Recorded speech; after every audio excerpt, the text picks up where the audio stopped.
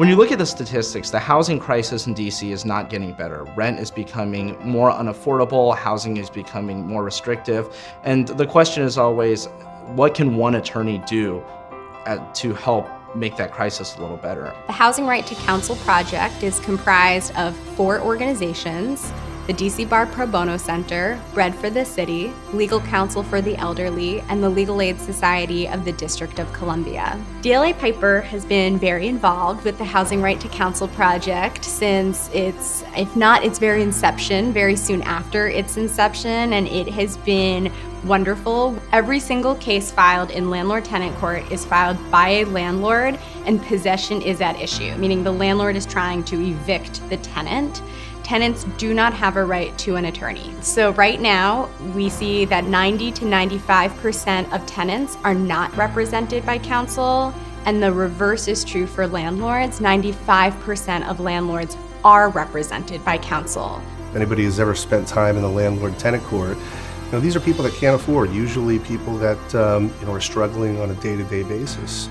And having representation is critical in that process because it really just equals out the balance of power. It's a game changer for the district.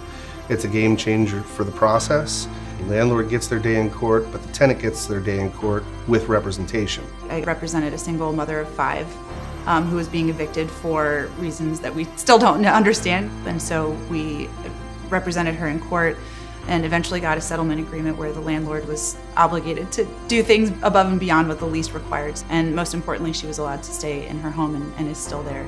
And we established a very good friendship. We're still friends, we still communicate from time to time. And so that experience made me understand how important this project is, especially in the District of Columbia. So the project is important to me because it helps me feel like I'm on the front lines of this battle against eviction and homelessness in DC. I mean, you have to remember that a lot of these individuals, if they're removed out of public housing, they're seriously at risk of homelessness. I have this chance. I can actually change this person's life, and I can keep them in their home, and it feels like the right thing to do. I've litigated a lot of cases, but there is something special when you look into somebody's eyes who you've just saved them from eviction and changed their and their children's lives, which is meaningful in its own unique and special way.